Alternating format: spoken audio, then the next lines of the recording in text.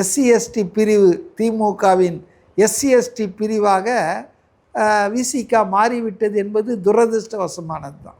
அதே மாதிரி சார், நேற்று சோஷியல் மீடியாவில் என்டிகே சைடு இருந்தும் டிஎம்கே சைடு இருந்தும் விஜய் பாஜக கிட்ட போயிட்டாரு, அதனால தான் சிபிஐ கமிட்டிலாம் அவங்க மூலமாக இந்த கேஸை முடிக்கலான்னு பார்க்குறாரு அப்படின்ட்டு ஒரு தரப்பும்.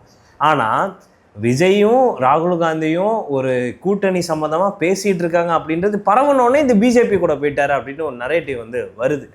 இது எப்படி போகும்னு நீங்கள் நினைக்கிறீங்க? அஃப்கோர்ஸ் கூட்டணிக்கு இன்னும் டைம் இருக்குதுன்னு வச்சுக்கோங்களேன், ஜனவரி மாதம் தான் முடிவு பண்ணுவாங்க. இல்லை, எனக்கு அறிந்த வரையில் நான் சொல்கிறேன், காங்கிரஸ் கட்சியில் தமிழ்நாட்டில் ஒரு பிக் செக்ஷன்னா அதாவது பெரும்பான்மை தாவேகாவோட போனால் தான் காங்கிரஸ் கட்சியின் அரசியல் எதிர்காலத்துக்கு நல்லதுன்னு ஃபீல் பண்ணுறதாகவும், அதை அவங்க மேலிட தலைவர்கள்கிட்ட சில மாதங்களுக்கு முன்பு போய் விரிவாக விவாதம் நடத்தி அதை ஏன்னா விஜய் ஃபேக்டர்னால் 2-3 சொல்லியிருக்காங்க.